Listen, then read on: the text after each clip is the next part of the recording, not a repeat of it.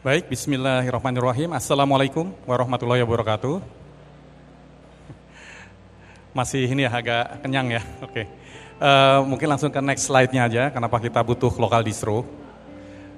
Kita tahu bahwa sekarang pemakaian open source program gitu ya, itu sudah dipakai di mana-mana. Bahkan vendor-vendor besar pun juga sudah mulai mengadopsi. Bahkan ya vendor-vendor besar itu maksudnya vendor-vendor besar yang utamanya bekerja di software gitu ya, seperti mungkin IBM, Oracle, Microsoft, Teradata dan lain sebagainya.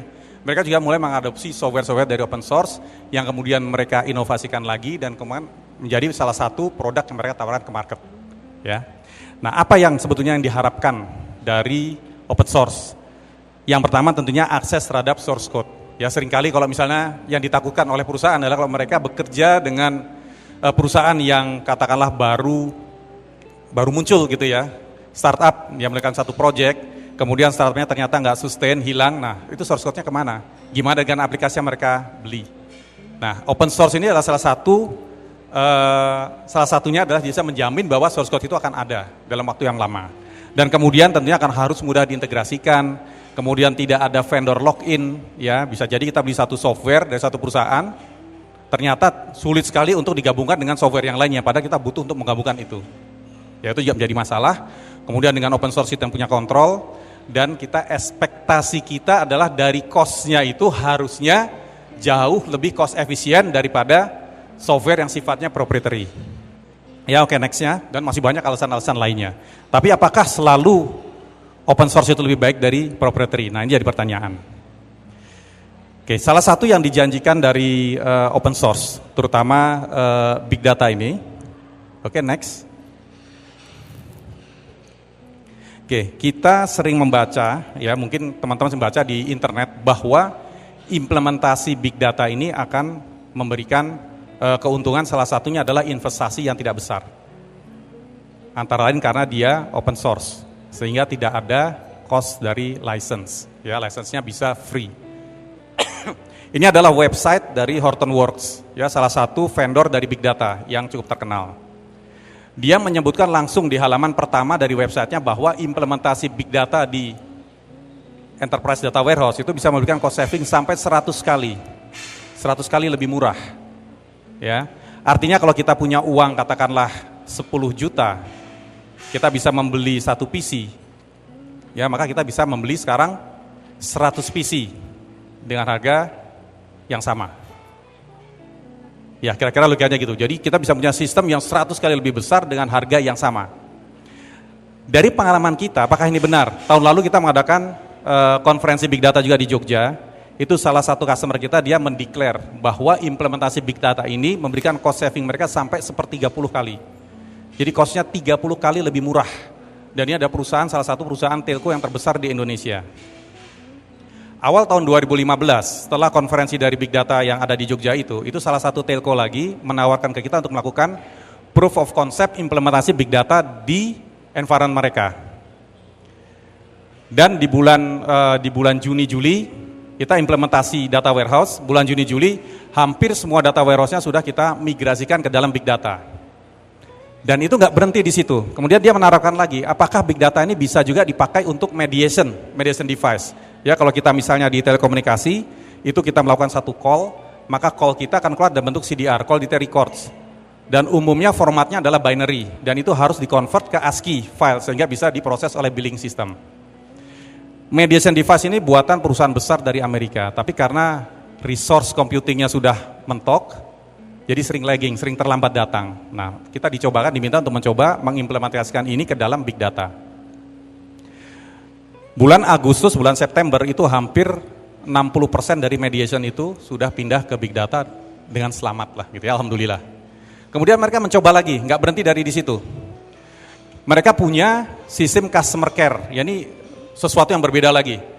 Yang jumlah customer care-nya mereka tuh ada 2.000 di seluruh Indonesia. Dan concurrent query-nya itu pada peak time-nya itu bisa sampai 600 query pada saat yang sama. Ya, tentunya query-nya ada query yang simple, ada yang agak kompleks, dan bahkan ada yang kompleks juga. Dan query itu dijalankan ke banyak sistem. Provider dari customer care ini adalah perusahaan besar dari Eropa, perusahaan telekomunikasi besar dari Eropa. Dan mereka sudah menawarkan sejumlah angka yang cukup besar untuk expansion. Nah, customer kita juga karena udah senang berhasil dengan 2 case big data ini di data warehouse mediation, mereka nanya, bisa nggak sekarang big data ini dipakai untuk, utamanya Hadoop ya, dengan database-nya Edge-based, itu dipakai untuk concurrent query yang jumlahnya banyak. Kalau buat analytics kan biasanya cuma 1-2 query tapi berat query-nya. Nah, sekarang nih query-nya dipakai dijalankan oleh banyak sekali oleh customer care mereka. Tahun ini juga di bulan November kita udah launch customer care system di atas big data dengan hampir 2000 concurrent usernya. Jadi banyak sekali teknologi yang ternyata mulai diporting dengan sangat baik ke dalam big data ini. Jadi kalau tadi dibilang Hortonworks yakin bisa menghemat sampai 100 kali lebih besar, bayangkan 100 kali lebih besar dengan dana yang sama, kelihatannya ini perlahan-lahan mulai realisasinya mulai ada. Dan customer kita itu juga bilang bahwa mereka nggak bilang berapa kali mereka cost savingnya, tapi mereka bilangnya itu dalam jumlah angka. Ada berapa juta US yang mereka save pada tahun 2015 dari tidak melakukan expansion dengan sistem yang saat itu mereka miliki. Oke, next. Nah, ini yang dibilang juga di website yang sama, proses yang dipindahkan salah satunya adalah memindahkan proses ETL ya, extract transfer load, transform load, atau ELT, extract load transform yang biasa ada di proses data warehousing ke dalam big data. Bahkan kemudian database-nya juga pindah ke dalam big data. Bahkan analytics-nya pindah ke big data, data mining-nya pindah ke big data. Dan kita tahu bahwa big data yang Hadoop ini itu menggunakan server yang sifatnya commodity. Kasarnya jangkrik gitu ya, bahkan jangkrik pun bisa. Dan kita punya experience dengan jangkrik, benar-benar jangkrik gitu ya. Kita pernah dapat satu challenge, tapi challenge-nya challenge yang sifatnya berbayar gitu ya, untuk menangani partner relationship management dari salah satu telco terbesar, ya yang saat itu sama juga, mereka computing resource-nya sudah mentok, bebannya sudah mentok, mereka tidak mau membeli server. Mereka maunya membayar kita dengan SLA, Service Level Agreement, bahwa query-nya, response time-nya tuh harus kurang dari 3 second dan lain sebagainya. Processing-nya nggak boleh lebih dari berapa jam, ada yang disebutkan di sana. Dan kita juga bilang ke mereka, oke, kita lakukan itu, tapi nggak usah melihat mesin yang kita taruh di sana. Karena kontraknya juga tidak, kontrak yang jumlahnya cukup besar. Dan itu kita pikir cuma bisa digunakan dengan mesin yang sifatnya sangat-sangat komoditi. Atau alias jangkrik, kita belinya di Mall Ambassador. Dan kita taruh 14 PC, ya 14 PC seperti itu untuk menangani partner relationship management dari customer kita ini, yang mereka punya lebih dari 50 juta subscribers, ya, untuk menghitung jumlah bonus, jumlah pendapatan dari outlet-outletnya sampai outlet yang paling ujung. Dan itu berjalan 3 tahun tanpa masalah. Ya, mereka pasti happy. Nah, sekarang mereka udah mengganti server itu dengan server yang lebih proper, ya. Oke, next-nya. Oke, reduce cost, saya pikir itu bisa dilakukan dengan Hadoop, itu dan kita bisa proof, next-nya lagi. Nah, yang berikutnya tahun ini, itu tiba-tiba banyak sekali pertanyaan ke kita yang menanyakan apakah mungkin memindahkan Oracle dengan Big Data, mengganti Oracle dengan database yang ada di dalam Big Data. Ya, kita tahu bahwa kecintaan kita dengan produk lokal itu berbanding lurus dengan naiknya dolar. Ya, jadi kalau dolar makin tinggi, kita semakin cinta produk lokal. Nah, ini pertanyaan yang ditanyakan kita terus, bisa nggak Oracle? Ya, sekarang kita bilang gini, beberapa bulan yang lalu, kebetulan vendor besar ini yang mempunyai sistem database yang sangat bagus ya, proven, robust, dan lain sebagainya, tapi begitu menangani data besar, itu cost efisiensinya bermasalah. Nah, pada acara Open World-nya di Amerika, itu adalah satu vendor yang dia buka stand, ya, di acaranya Oracle, yang tulisannya bahwa Oracle bisa diganti oleh produk kami secara utuh. Di acaranya Oracle, ya, dia berani dia tuh ya. Nah, ini produknya ini adalah Splice Machine, ya, produknya namanya Splice Machine, dan dia benar-benar RDBMS like ya, di atasnya seperti RDBMS, tapi di bawahnya tuh bukan RDBMS, dia NoSQL database, columnar database. Dan dia klaim bahwa mereka juga pamerkan itu, customer mereka siapa aja, silakan lihat di website, namanya Splice Machine. Next-nya, nah sekarang kalau kita lihat apa yang ada di dalam Splice Machine ini, ya, di situ ada Edge Base, itu adalah produk dari Hadoop. Kemudian ada SDFS, Hadoop Distributed File System, punyanya Hadoop juga, Apache semuanya. Kemudian ada Spark, punyanya Apache juga. Kemudian ada Derby, punyanya Apache juga. Ya. Jadi kalau kita lihat yang dibuat oleh Spark Machine ini adalah mengumpulkan open source dia gabungkan jadi satu sehingga dia bisa mendukung transaksional yang bisa dilakukan oleh Oracle. Ada istilahnya ACID itu ya. Dan ini bisa dilakukan oleh perusahaan lain. Sebetulnya kita juga bisa melakukan hal yang sama. Ya, kita bisa aja mengambil software open source, kita melakukan inovasi di sana, kita rebrand dengan nama kita terus kita jual. Dan licensingnya pun mengatakan boleh dilakukan seperti itu. Bahkan kita mendistribusikannya, kita men-charge itu juga boleh. Tapi kalau cuma distribusi charge kan sama aja bohong ya, nggak terlalu manfaatnya buat kita. Nah di sini open source bisa dilakukan seperti itu. Apakah ada yang fully open source yang nggak berbayar maksudnya, bukan splice machine? Ada. Ya kalau kita mau lihat ya, ada yang namanya di bawahnya tetap H-base, kalau benar database. Kemudian dikombinasi dengan SQL skin, namanya Phoenix. Kemudian dikombinasikan juga dengan transactional server, buatannya CAS, itu namanya Tepra. Jadi kombinasinya Phoenix, H-base, dan Tepra itu sudah kita bisa membuat sistem yang sifatnya transaksional, yang potentially bisa melakukan apa yang dilakukan oleh splice machine. Ya. Cuma maturity-nya, saya pernah ditanya, oke kalau maturity-nya tunggu 6 bulan deh, karena ini baru. Sebetulnya nggak baru-baru amat, yang maksudnya baru adalah kita baru tahu gitu, baru mau kita coba-coba di lab kita. Oke, next-nya. Nah jadi ini dengan H-base, Spark, dan Derby, potentially bisa mengendalikan RDBMS yang ada. Dan kenapa orang tertarik dengan Big Data RDBMS? Karena mereka melihat bahwa Big Data ini akan menjadi suatu teknologi yang sustain. Bayangkan, Yahoo memiliki lebih dari 40.000 nodes. Customer kita paling besar, itu Telkomsel, memiliki 150 nodes, dan alhamdulillah tahun ini mereka expand ke hampir 300 nodes. Integratornya kita juga. Kemudian telco-telco yang lain juga mulai memindahkan tadi data warehouse-nya ke Big Data, di telco kuning, di telco yang satunya juga pindah juga data warehouse-nya pindah ke Hadoop juga.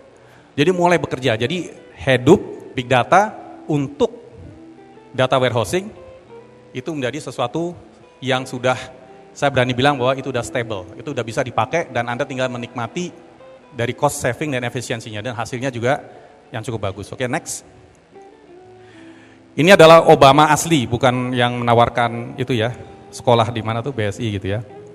Nah ini beliau mengatakan pada Januari 30, ada namanya precision medicine.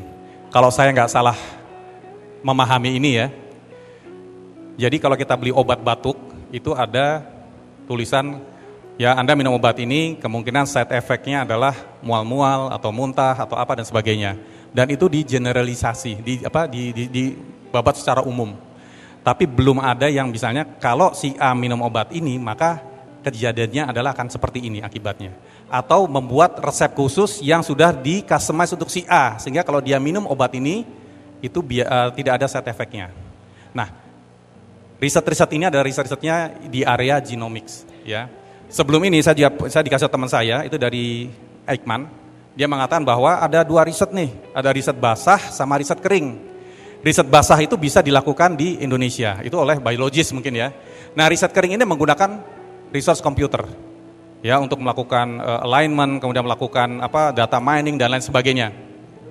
Sebelum ini dikatakan bahwa bahkan sekarang tuh masih kita harus mengirim apa yang mau kita lakukan itu ke luar negeri, karena computing resource sampai puluhan petabytes, ratusan CPUs itu cuma bisa dilakukan dengan HPC, High Performance Computing, dan itu kemungkinan ada di luar negeri, di Indonesia belum ada. Nah sejak masuknya teknologi Big Data ini, dengan cost yang tadi dikatakan oleh Horton bisa 100 kali lebih murah, maka hal ini bisa dilakukan di Indonesia. Menjadi sesuatu yang sangat affordable untuk dilakukan di Indonesia. Dan kita kerjasama dengan UAI, Universitas Al-Azhar, untuk memprove bahwa ini bisa dilakukan.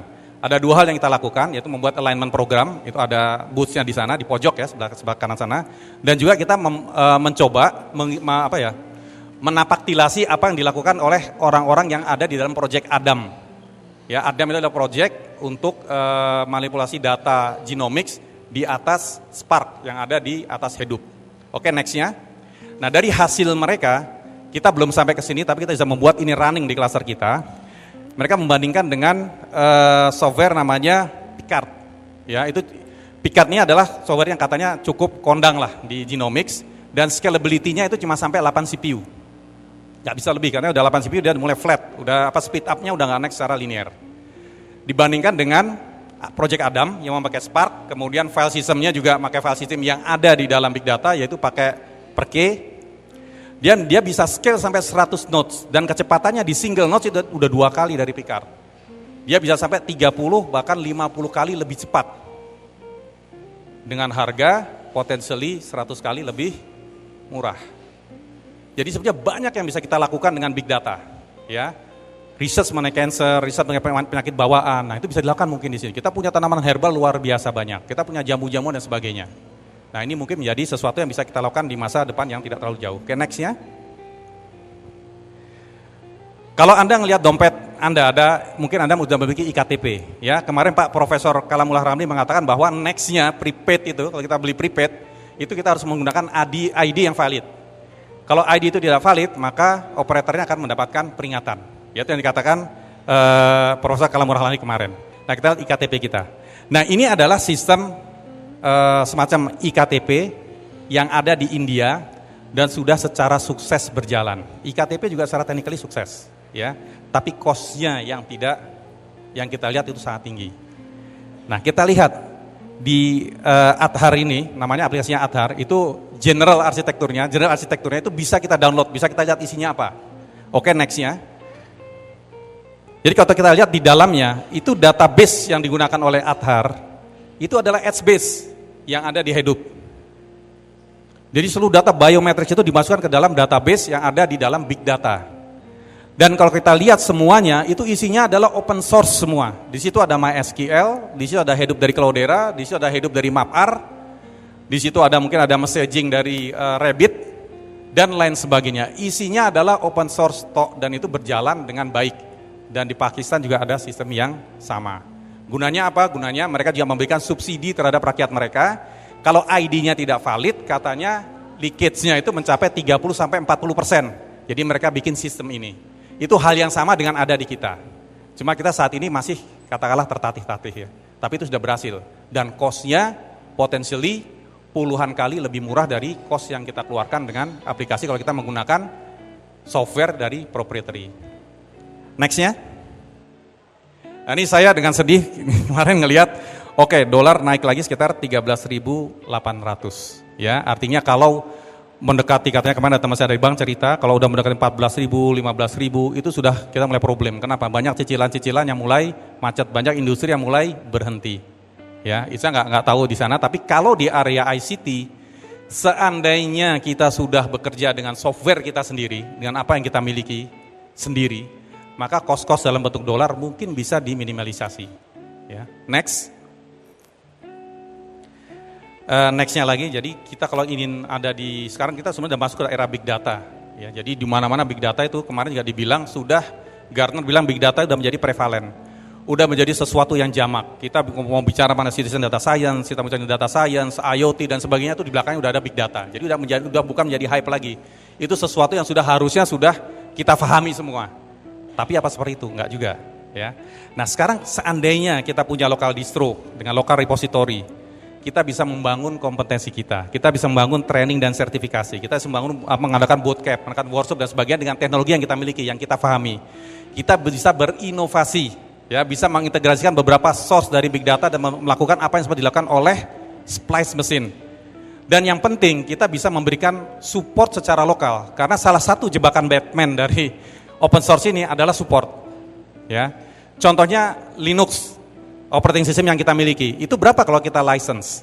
Ya, kalau perusahaan di Indonesia, kalau di audit, maka softwarenya itu adalah software yang ada dukungan dari prinsipal. Linux saja itu bisa mencapai 1.750 US per node, ya, katakanlah biar gampangnya 1.000 US dollar per node. Misalnya customer kita punya 100 nodes, berarti sudah 100.000 US yang harus dibayarkan setiap tahun. Data yang kita proses di customer kita, Telkomsel, itu sudah mencapai 60 miliar record per hari. Dan mereka sekarang punya 300 nodes, ya. Extend ke 300 nodes dari 150 nodes. Dan mereka mengatakan pada saat itu masih 50 miliar, mereka mengatakan bahwa ini adalah 1/10 dari potensi data yang harus diolah di customer kita ini. Bayangkan, 50 miliar baru 1/10. Kalau itu misalnya 100 nodes berarti ya harus mereka akan grow suatu saat menjadi 1000 nodes. 1000 nodes baru Unix-nya aja, baru Linux-nya aja itu sudah angkanya udah miliaran. Ya, sampai 4 miliar, 5 miliar dan seterusnya. Belum hidupnya. Kalau kita harus subscribe ke vendor dari luar, itu satu nodes price list yang saya tahu itu bisa di atas 5.000 US. Itu baru satu telco, katakanlah Telkomsel. Belum kalau ada Indosat, belum kalau ada Excel, belum kalau ada pajak, belum kalau ada BPJS Kesehatan, BPJS Ketenagakerjaan, belum lagi dengan Departemen Keuangan, belum lagi dengan Bea Cukai, belum lagi dengan Bank Permata, Bank Mandiri, BCA dan sebagainya. Berapa uang yang harus keluar, yang supportnya kita dapat cuma melalui telepon dan email. Mereka tidak akan datang ke sini kalau ada sesuatu yang broken. Kita cuma bisa ngirim email dan mereka menjawab. Beda dengan software yang dibawa oleh prinsipal. Mereka punya kantor di mana-mana, mereka punya engineer di mana-mana. Engineer-nya akan datang ke kita, bantu kita. Tapi kalau open source, mereka bukan perusahaan-perusahaan yang besar. Ya. Jadi kuncinya adalah kita harus membekali diri, kita harus bisa self-sufficient. Kalau kita nggak bisa, paling tidak harus ada perusahaan-perusahaan lokal yang di-enable, yang dibikin mampu untuk bisa memberikan support. Oke, next ya. Wah, ini waktu Anda habis. Next, saya cepat saja. Lewatkan saja next-nya. Nah ini, maaf sebelumnya. Oke, ini ada lesson learn, saya coba cepat ya, yang kita dapat kalau kita pelajari dari distro di luar. Mereka punya research dan development yang baik. Mereka punya distribution dan support yang baik. Mereka punya komunitas yang aktif, dan mereka punya active customer atau active user, sehingga mereka selalu mendapatkan input apa yang kurang dari produk mereka. Kalau kita mau survive dengan open source, maka kita harus membangun ini di Indonesia. Kita harus punya distro. Kita udah punya distro, dari Linux kita punya iGOS. Ya, tapi mungkin komunitinya kurang aktif. Jangan harap, ya pengalaman saya, jangan harap orang Indonesia mau aktif jadi komunitas di luar. Kita tuh agak malu-malu kucing gitu ya. Cuma kita sebagai silent pembaca. Tapi kalau dengan orang Indonesia luar biasa. Contohnya apa? Mungkin Twitter, Facebook itu luar biasa aktif orang Indonesia karena bahasanya sama. Tapi begitu keluar kita menjadi orang yang paling sopan, paling diam gitu ya. Nah, kalau seandainya distro lokal ini kita miliki di Indonesia, harapannya gitu ya, itu kita bisa menjadi lebih aktif. Apalagi dengan kebutuhan dan dolar yang semakin naik seperti ini. Next-nya, ini contoh gambar dari lokal distronya. Dari hasil open source ya, open source itu source-nya open, namanya open source, source open dibalik. Kita bisa akses ke code-nya, kita bisa melakukan inovasi, kita bisa melakukan banyak hal dengan itu. Dan ini sudah kita lakukan, ini sudah kita buktikan.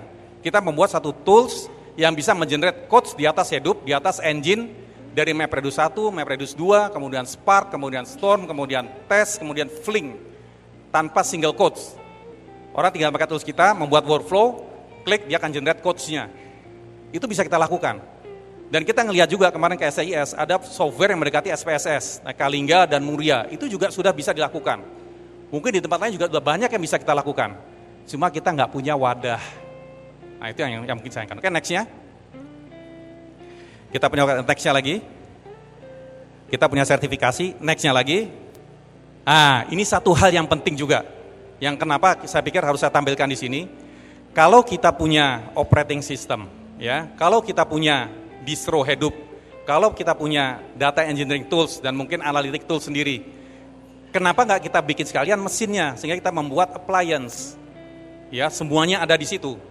Saya pernah bekerja di perusahaan namanya Sequent Computer Systems, itu perusahaan Amerika, mini komputer tahun 95, dia satu perusahaan yang besar, ya. Sequent membeli boardnya itu dari Intel, ya. Dia membeli operating system dari India. Dia membeli interconnect antar boardnya itu dari broket dari Eropa. Dia beli dari mana-mana, dia integrator, tapi dia punya sistem sendiri, namanya Sequent Computer Systems. Oracle awalnya dibangun di atas Sequent. Jadi yang ada di sini, dia ada Sequent adalah human knowledge-nya. Dan itu bisa kita lakukan di sini. Ya. Dan kalau kita lakukan, kita bisa membuat appliance sendiri dan dipakai, itu bisa perhitungan kita bisa tekan cost lagi sampai 20-30% lebih murah. Ya, next-nya. Dan satu hal lagi, ini akan menjadi satu kebanggaan gitu ya. Kalau orang mau beli sistem, mereka akan melihat kedua tempat. Yang pertama adalah Gartner Magic Quadrant atau IDC lah gitu ya. Yang kedua, mereka akan melihat hasil benchmark, itu ada di TPC Council. Ya. Ini saya ambil contoh misalnya hasil benchmark dari Dell, spesifikasinya ada semua. Dan ini untuk 10 terabytes. kita udah baca dan ini potensially bisa kita lakukan. Ya mungkin kerjasama dengan Big Data Innovation Center yang ada di TELU, kerjasama dengan UGM dan sebagainya, kita bisa membuat sistem dengan coach kita, dengan banyak hal yang kita lakukan di situ, fine tune, burn in test dan sebagainya, sehingga kita bisa mendapatkan number yang bagus lah, yang mungkin nggak jauh-jauh dari apa yang ditampilkan di sini. Dan ini akan dilihat oleh dunia. Dan ini belum pernah kita lakukan sekalipun. Dan saya sangat berharap bahwa ini bisa dilakukan di Indonesia.